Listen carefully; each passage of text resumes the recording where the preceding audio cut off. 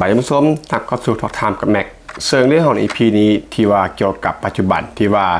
ไทยกัมพูชานั้นมีปัญหาเรื่องของข้อพิพาทต่างๆแล้วก็ใน EP ที่ผ่านมาแม็กก็ได้เกี่ยวกับกรุงเทพเพียงแต่เมืองเดียวของไทยเนาะเปรียบเทียบกับกัมพูชาทางประเทศเนื่องจากว่าการที่ว่าสองประเทศที่จะมีข้อพิพาทกันแล้วก็มีสงครามทางเศรษฐกิจทางการค้าต่างๆซึ่งเขาจะว่าถึงความมั่นคงแล้วก็ความมีเสถียรภาพของเศรษฐกิจเนาะซึ่งแน่นอนแหละว่ากรุงเทพนั้นก็เหนือกว่ากัมพูชาหลายเพราะแต่กรุงเทพเมืองเดียวทั้งผู้ชมซึ่งก็แน่นอนเนาะเราอยากเปรียบเทียบให้เห็นถึงความแตกต่างแล้วก็เราลองลดสเปคของไทยมาเนาะก็คือเอาเพียงแต่ภูเก็ตทั้งผู้ชม EP นี้เพียงแต่ภูเก็ตจังหวัดเดียวของไทยเปรียบเทียบกับกัมพูชาทางประเทศมันจะเป็นอย่างไรเนาะเรื่องของความมั่นคงต่างๆเรื่องของเศรษฐกิจเป็นอย่างเนาะถ้าว่าเปรียบเทียบกับทางประเทศไทยและกัมพูชาแน่นอนว่าต่างกันหลายแต่ว่าเป็นอย่างเนาะกัมพูชาจริงกาในการที่แบบว่าเฮ็ดสงครามทางการค้าทางการเมืองเศรษฐกิจกับไทยท่านผู้ชมเช่นว่าชัดเจนที่สุดในปัจจุบันคือเรื่องของการงดส่งน้ำมันมันบอกการตัดไฟตัดอินเทอร์เน็ตแล้วก็ปิดด่านต่างๆท่านผู้ชมมาเริ่มกันที่ข้อแรกก็คือเรื่องของรายได้ต่อคนที่ภูเก็ตนั้นสูงกว่ากัมพูชาเกือบ10เท่าท่านผู้ชมนั่นแหละสูงกว่ากัมพูชาทางประเทศเกือบ10เท่าในเรื่องของรายได้ต่อคนถ้าวอลถึง GDP ทั้งหมดเนาะแน่นอนว่ากัมพูชาก็สูงกว่าอยู่แล้วเนื่องจากว่าประชากรหลักล้านคนเนาะทั้งหมดประเทศกัมพูชาแต่ว่าภูเก็ตจังหวัดเดียวนี้ประชากรหลักแสนคนเนาะแล้วก็GDP โดยรวมภูเก็ตต้องสูงกว่าขออภัยกัมพูชาต้องสูงกว่าแต่ถ้า GDP ต่อคนนั้นของภูเก็ตอยู่ที่ประมาณ 16,000 ดอลลาร์สหรัฐต่อคนต่อปีขณะที่กัมพูชานั้นอยู่ที่ประมาณเพียงแต่ 1,900 ดอลลาร์สหรัฐต่อคนต่อปีนั่นแหละก็คือสูงกว่าเกือบ10เท่าสำหรับ GDP ต่อคนของภูเก็ตท่านผู้ชมซึ่งรายได้ส่วนใหญ่ของภูเก็ตนั้นก็มาจากการท่องเที่ยวคุณภาพสูงโดยเฉพาะก็คือกลุ่มของยุโรปรัสเซียจีนและก็ภาคตะวันออกกลางซึ่งมีการใช้จ่ายที่ว่าเฉลี่ยต่อคนนั้นสูงกว่าค่าเฉลี่ยในกัมพูชาหลายเท่าท่านผู้ชมข้อที่2คือเรื่องของโครงสร้างพื้นฐานที่ว่าภูเก็ตนั้นดีกว่ากัมพูชาอย่างชัดเจนท่านผู้ชมต้องใช้คำนี้เนาะก็คือดีกว่าอย่างชัดเจนสนามบินภูเก็ตนั้นก็คือเป็นสนามบินนานาชาติขนาดใหญ่ที่ว่ารองรับเที่ยวบินตรงจากยุโรปตอนออกกลางเอเชียและก็ภายในประเทศได้ดีท่านผู้ชมเป็นสนามบินที่ทันสมัยแล้วก็ได้รับการขยายรองรับผู้โดยสารได้หลายล้านคนต่อปีขณะที่สนามบินในกัมพูชานั้นถึงแม้ว่าจะมี3แห่งเนาะก็คือทั่วประเทศมี3แห่งแต่ว่ายังคงรองรับเที่ยวบินระหว่างประเทศได้แบบจำกัดท่านผู้ชมและก็มีปัญหาด้านระบบการบริหารแล้วก็ความปลอดภัยที่ว่าบ่เท่ากับภูเก็ตแล้วก็มีเรื่องของถนนและก็คมนาคมท่านผู้ชมภูเก็ตนั้นมีถนนที่ว่าได้มาตรฐานสูงเช่นเดียวกับถนนทั่วประเทศไทยท่านผู้ชมเชื่อมต่อทุกตำบลในเกาะแล้วก็มีระบบขนส่งภายในเช่นว่ารถมินิบัสรถ2แถวแล้วก็แอปเรียกรถซึ่งก็มีแผนจะสร้างรถไฟรางเบาก็คือLRT ขณะที่กัมพูชานั้นมีถนนสายหลักอย่างบ่หลายพอเนาะถนนในชนบทก็ยังเป็นลูกหลังจำนวนหลายก็คือถนนบ่ค่อยดีเลยท่านผู้ชมแล้วก็ระบบขนส่งสาธารณะนั้นอย่างบ่ครอบคลุมแล้วก็เรื่องของโครงสร้างพื้นฐานด้านสุขภาพท่านผู้ชมภูเก็ตนั้นมีโรงพยาบาลเอกชนแล้วก็รัฐที่ว่าทันสมัยหลายแห่งเช่นว่าโรงพยาบาลกรุงเทพภูเก็ตโรงพยาบาลศิริโรจน์ที่ว่าได้รับความไว้วางใจจากนักท่องเที่ยวต่างชาติขณะที่กัมพูชานั้นโรงพยาบาลในกัมพูชายังขาดแคลนบุคลากรเครื่องมือและก็มาตรฐานการบริการท่านผู้ชมในเรื่องของโครงข่ายไฟฟ้าและก็น้ำประปารวมถึงอินเทอร์เน็ตต่อมาภูเก็ตนั้นมีระบบไฟฟ้าน้ำประปาที่ว่ามีความมั่นคงอินเทอร์เน็ตความเร็วสูงครอบคลุมทางเกาะรวมถึงบริการ 5G ส่วนในกัมพูชานั้นระบบเหล่านี้อย่างบ่ทั่วถึงท่านผู้ชมโดยเฉพาะชนบทนั้นยังประสบกับปัญหาเรื่องของไฟฟ้าดับน้ำบ่สะอาดและก็อินเทอร์เน็ตที่ว่าช้ากว่าภูเก็ตหลายแล้วก็เรื่องของโครงสร้างพื้นฐานการท่องเที่ยวท่านผู้ชมภูเก็ตนั้นมีท่าเรือจอดเรือยอชต์เนาะมารีนาระดับโลกศูนย์การค้าห้างโรงแรม 4-5 ดาวสนามกอล์ฟศูนย์ประชุมและแหล่งบันเทิงครบวงจรท่านผู้ชม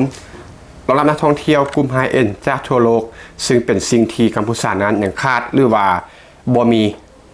หรือว่ามีในระดับที่ว่าเริ่มต้นเท่านั้นท่านผู้ชมก็คืออย่างห่างจากภู ภูเก็ตไล่ในเรื่องของพวกนี้ต่อมาประเด็นที่3ก็คือเรื่องของการลงทุนอสังหาริมทรัพย์จากต่างชาติที่ว่าเข้มข้นเมื่อเปรียบเทียบกับกัมพูชาท่านผู้ชมภูเก็ตนั้นเป็นเป้าหมายหลักของการลงทุนในอสังหาริมทรัพย์โดยเฉพาะโครงการพัฒนาบ้านพักตากอากาศวิลล่าลูและก็คอนโดมิเนียมวิวทะเลซึ่งตอบโจทย์นักลงทุนที่ว่าต้องการซื้อพื้นที่เพื่อว่าเพื่ออยู่อาศัยเฮ็ดให้ปล่อยเช่าหรือว่าเก็งกำไรระยะยาวท่านผู้ชมนักทุนส่วนใหญ่จากจีนรัสเซีย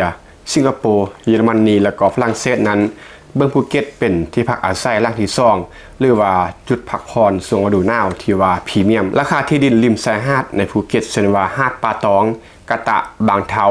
เพิ่มขึ้นต่อเนื่องและก็สูงกว่าที่ดินในพนมเปญหลายเท่าตัวท่านผู้ชมแต่บางพื้นที่นั้นราคาพุ่งขึ้นสูงถึง300,000 บาทต่อตารางวาโครงการสร้างริมทรัพย์ในภูเก็ตนั้นได้รับการออกแบบตามมาตรฐานสากลมีบริษัทบริหารจัดการสร้างริมทรัพย์ที่ว่าดูแลด้านการเช่าการดูแลทรัพย์สินและก็การบริหารร่างการค่ายที่ว่าครบวงจรท่านผู้ชมเมื่อเทียบกัมพูชาเลยก็คือกัมพูชานั้นการลงทุนสร้างริมทรัพย์จากต่างชาติในกัมพูชาอย่างเน้นในเมืองหลวงก็คือพนมเปญและก็แหล่งท่องเที่ยวที่ว่าสำคัญเช่นว่าซีฮันดูวิวเฉพาะนักท่องเที่ยวที่ว่าลงทุนในช่วงปี2020ก็คือจากจีนท่านผู้ชมที่ว่าเข้าลงทุนเป็นส่วนใหญ่แต่ว่าที่ในก็ตามสร้างริมทรัพย์ในกัมพูชานั้นยังเผชิญกับปัญหาเรื่องของ over supply หรือว่าสร้างรายเกินไปโดยเฉพาะคอนโดมิเนียมในกรุงพนมเปญและก็คงบ่แน่นอนด้านกฎหมายกรรมสิทธิ์ที่ดินสำหรับชาวต่างชาติซึ่งระบบบริการร่างการค่ายและก็การบริหารโครงการนั้นยังพัฒนาเทียบเท่าภูเก็ตบ่ได้ท่านผู้ชมทางด้านข้อมาตรฐานการก่อสร้างและก็เรื่องของความโปร่งใสสรุปข้อนี้เลยก็คือการลงทุนทางริมทรัพย์ในภูเก็ตนั้นมีความมั่นคงมูลค่าสูงและก็สร้างผลตอบแทนได้ดีกว่าอย่างแน่นอนขณะที่กัมพูชานั้นยังต้องพัฒนาโครงสร้างพื้นฐานด้านข้อกฎหมายแล้วก็ความเชื่อมั่นของนักลงทุนให้หลายขึ้นท่านผู้ชมสุดท้ายข้อที่4ก็คือภูเก็ตนั้นเป็นเมืองแบรนด์ระดับโลกเนาะก็คือglobal tourism brand ท่านผู้ชมก็คือเป็นเมืองที่ขึ้นชื่อเรื่องของการท่องเที่ยว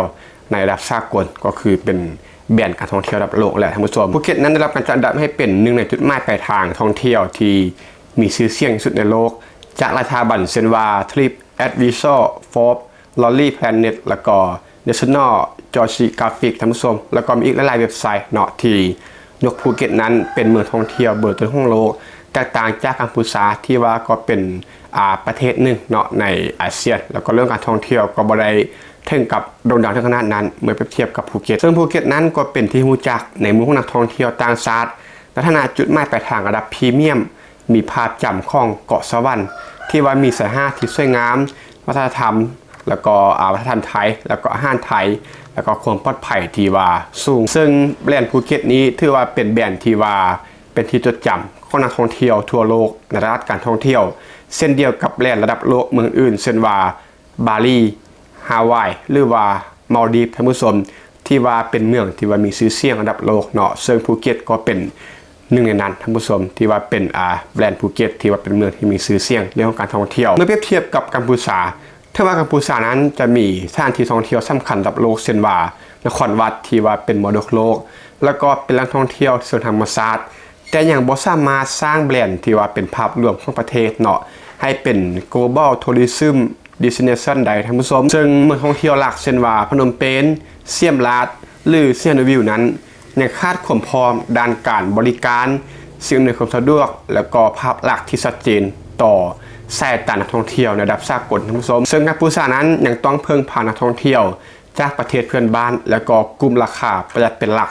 และยังบ่สามารถยอมรับว่าเป็นจุดหมายปลายทางระดับไฮเอ็นด์ในตลาดของทั่วโลกเนาะเรื่องของการท่องเที่ยวท่านผู้ชมก็คือเฉพาะเจาะจงในเรื่องของตลาดเพื่อนบ้านแล้วก็กลุ่มท่องเที่ยวที่ว่าราคาประหยัดเนาะบ่ได้มาพรีเมียมหรือว่าลูล่าคือกับภูเก็ตที่ว่าเป็นการท่องเที่ยวระดับโลกแบบไฮเอ็นด์ท่านผู้ชมแล้วก็เป็นแบรนด์ที่ว่ามีชื่อเสียงสรุปก็คือภูเก็ตนั้นมีจุดแข็งในด้านของภาพลักษณ์ระดับโลกที่ชัดเจนกว่าการสื่อสารแบรนด์ได้ดีแล้วก็มีเอกลักษณ์ของน่าเชื่อถือสูงขณะที่กัมพูชานั้นยังอยู่ในช่วงของการเริ่มต้นของการพัฒนาแบรนด์ของประเทศเนาะการท่องเที่ยวโดยรวมของกัมพูชาถือว่ายังบ่แข็งแกร่งเท่ากับภูเก็ตเมืองเดียวสำหรับเรื่องของแบรนด์และก็ความน่าเชื่อถือในด้านการท่องเที่ยวทั่วโลกบทสรุปของเรื่องนี้เลยก็คือภูเก็ตนั้นแม้ว่าจะเป็นเพียงแต่จังหวัดเดียวของไทยแต่ว่าในด้านของเศรษฐกิจการท่องเที่ยว และก็โครงสร้างพื้นฐานระดับพรีเมียมกับมีความแข็งแกร่งพอที่จะเทียบกับ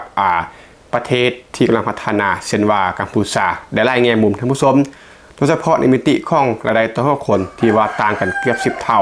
การใช้จ้างนักท่องเที่ยวความน่าอยู่และก็การดึงดูดเงินลงทุนจากต่างชาติท่านผู้ชมก็ประมาณนี้รวบรวมเลยก็คือถึงแม้ว่ากรุงเทพนั้นจะเป็นเพียงแต่จังหวัดเดียวแต่ว่าสู้ใดกับประเทศที่กำลังพัฒนาก็คือกัมพูชาเนาะซึ่งจากหลายมิติที่ว่าแม็กได้กล่าวมาซึ่งภูเก็ตนั้นก็เหนือกว่ากัมพูชาอย่างชัดเจนเนาะบ่ถึงขั้นที่ว่าจะต้องเป็นกรุงเทพหรือว่าทั่วประเทศไทยซึ่งเพียงแต่ภูเก็ตนั้นก็แตกต่างจากกัมพูชาแล้วก็มีหลายอย่างที่ว่าดีแล้วก็แข่งแกร่งกัมพูชาหลายท่านั้นเนี่ยเรื่องของข้อผิดพลาดกันตอบโต้สงครามทางการเมืองการค้าต่างๆเนาะคิดว่าถ้าเป็นเกมระยะยาวแล้วประเทศไทยน่าจะบ่เป็นน่าจะเนาะชัดเจนว่าแข่งแกร่งแล้วก็เหนือกว่ากัมพูชาอย่างชัดเจนและท่านผู้ชมถือว่าฟังจุดนี้มีตัวได้จะมาแลกเปลี่ยนอารมณ์กันก็เต็มที่คอมเมนต์ได้เลย EP นี้ก็ต้องขอบใจทุกท่านที่เข้ามาสมัครฟังพบกันใหม่ EP ต่อไปขอบใจ